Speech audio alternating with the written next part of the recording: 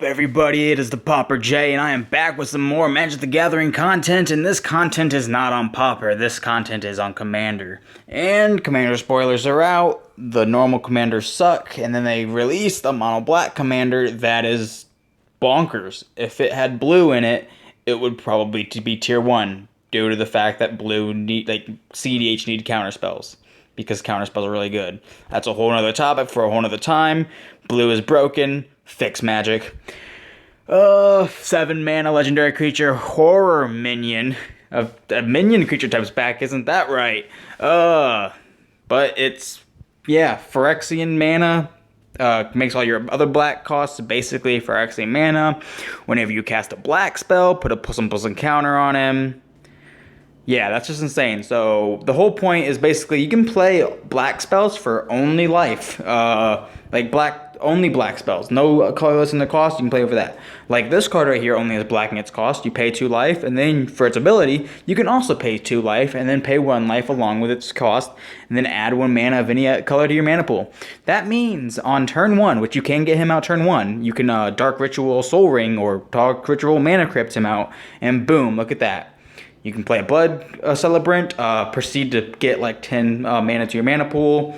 Then there's a whole bunch of other plays, such as Grey Merchant of Asphodel. But yeah, you just have a whole bunch of mana. Cabal Ritual also will help you get him out. Dark Ritual will help you get him out or cast your other spells. Mana Crypt as well. Thought Vessel. Culling the Weak. Sacrifice a creature, add 4 black to your mana pool. So you can pay no mana for this. Sacrifice a creature and add 4. Necropotence, pay 6 life, have an infinite draw engine. This and Phyrexian Arena are pretty good choices for extra card draw to minimize the hurt from not having a high life total, just have a lot of card advantage. Diabolic Intent is a bad demonic tutor. Grim Tutor, another bad demonic tutor. Blood Artist, a way that if you're comboing off with sacrificing creatures with stuff like normal Yawgmoth can do, is just really cool. Sacrifice, I realize this card only adds to the black mana in the cost, so this isn't actually that great. Demonic Tutor, like we said. Grim Monolith is really good. Grey Merchant of Asphodel. So if you have Devotion of like 8, you end up gaining like 24 life around the board, and that will probably put you back up to your starting life total, if not more or a little bit less. That's still a lot of life to be gaining off of just playing a creature, and it will make all this worth it, because remember, you're getting a whole bunch of card advantage. You should run into a Grey Merchant or another really good life-gaining card. A Vampiric Tutor, there's also another tutor, I think it's called Imperial Seal. You're going to want to run these with cards like Demonic, bolas, citadel, Pawn of Ulamog, really cool because once your creatures start dying, you can have a whole bunch of mana. This might not be played, but it's still a really cool card to think about. Command the Dreadhorde, this is just a spicy, really card. 6 mana, you can pay 4 mana for it, choose any number of target creature and or planeswalker cards in all graveyards, not just your graveyard. This card deals damage to you equal to the total converted mana cost of these cards. Put them into the battlefield under your control. So if someone puts a Karn into, like a good Karn, into their graveyard, you can throw it back up with Command the Dreadhorde.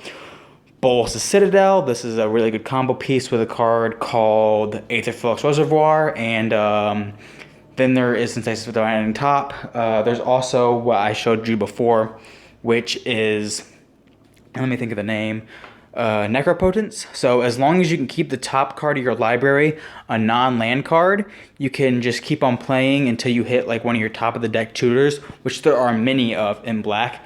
You can grab then you can grab Aetherflux Reservoir, and Aetherflux Reservoir says whenever you play a spell, whenever you cast a spell, you gain life equal to the number of spells you've cast this turn. It's a 4-drop, only colorless artifact. But you gain life equal to the total spells you've cast. So it's a storm card, and you can just storm through your deck as long as you can keep the top card of your library on land. And then it also has pay 50 life, deal 50 damage to target creature or player, Aetherflux Reservoir does. So you can just go up to like 200 life and just kill all your opponents. Also, there's other cards that are going to help you get to that life total, like Grey Merchant of Asphodel. Blood for Bones. This is actually just a cool card I found because I haven't been paying attention to Magic the Gathering at uncommon and rare levels and standard sets. So as additional cost of the spell, sacrifice a creature, then return a creature card from your graveyard to the battlefield, then return another creature card from your graveyard to your hand. This is a good way to sacrifice a Grey Merchant of Asphodel, put it into your graveyard, then return it to your hand, while also getting a really big creature out of your graveyard. And then you can play the Grey Merchant of Aetherflux again, reusing its gain life trigger of Liliana Vess. So this is a top of the deck tutor for only 3 mana that also has, you can do it multiple times throughout the game, or you can just have players start discarding cards. If there's a blue player at the table that's going low on cards, might want to keep him out of counters magic. That's a really good idea. Sign in Blood. For 6 life, you can end up drawing 2 cards. When you're comboing off, that's actually not very bad. Awaken the Erstwhile. This is a card that I thought of when I saw this card. For 3 mana, you can have each player discard all the cards in their hand, and then create that many 2/2 black zombie creature tokens. This can be a little dangerous, as of you went down a little bit of life, and now you have probably less 2/2s than everyone else because you played some spells. But the fact that no one else has hands and their decks don't do anything, you might have just disrupted the game enough for you to be able to take the lead as long as your commander is out. Just a good situational card, really cool. Sudden Spoiling. This is a really cool card against those creature combo decks. While they're comboing off, you can play this on split second, means they can't do anything else. Creatures target a player controls become 0/2 and lose all abilities until end of turn. Another thing about this is if there's a token deck. By the way, one of the new commander decks, or probably a couple of them, one of them is Populate, where they're going to like try to swing a whole bunch at you. You're probably going to be playing against that a little bit. Play Sudden Spoiling. Oh, you swung for 100. Now you're swinging for like 0. Have fun. Doomsday. There's a Doomsday combo. There's multiple different Doomsday combos, but the mono black one I'm thinking for the deck is like a Mycaeus, which is like an undying thing. But basically, you put 5 cards into your deck, then you draw them, and then you win the game. You just like draw them, or you can get them into your hand. Either way, it's really cool. It's just one of the ways you can do it. You can hit this off of bolas Citadel. If you're interested in the Doomsday combo thing, this is just like a really spike thing. If you're a real spike, you can go ahead. You can look it up online. I'm not gonna go through the combo with you right now because I don't have time for that. But yeah, Doomsday combo. You pay 6 mana, you get your Doomsday combo off. If you hit this as bolas Citadel, it's also really good because bolas Citadel means it also allows you to draw through those 5 cards. Make sure you can play them. This does half your life. I'll go to the good Doomsday if you don't know what this card is. I have 2 of them downloaded so you guys can see like the old combo and then the newer card from, I think that's Iconic. No, it's Masters 25. But yeah, cool card, cool card. Street Wraith, it cycles for 2 life. It means you have 1 less card in your deck. Dark Petition, this is the last card I want to talk about. So, if you pay 4 life for it, it's a 3 mana tutor. That's pretty good as long as he's out. Then, Spell Mastery. If there are 2 or more instant and or sorcery cards in your graveyard, add 3 to your mana pool. This means you can basically pay 0 mana and just play 4 life for a tutor, which is going to be very helpful. Watch this. Pay 3 mana. You have your commander out. You pay 4 life. Then you pay 3 mana for this. You can either grab bolas Citadel or Doomsday, whether one that works right there, and you can go ahead and combo off without losing any mana to your mana pool in that time.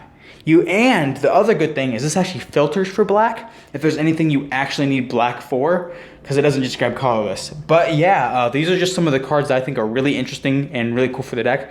I think bolas Citadel finally found its deck due to the fact that I've always thought bolas Citadel was powerful, but like the only decks I really saw it work with was somewhat vampires with Edgar Markov, but like then you just ruin the whole vampires theme, or Amanatu, which is a top deck like situational deck kind of thing, and it has access to blue, but it still never got there. I think it's just because the deck's kind of slow. I don't know. I think this deck is going to be a turn 1, turn 2, turn 3 deck easily, because once you get your commander out, you should almost always have a top deck tutor, neither a top deck tutor or an actual tutor that you're going to be able to play that next turn, or that so the top deck tutors, there are 2 top deck tutors, Imperial Tutor and Vampiric Tutor.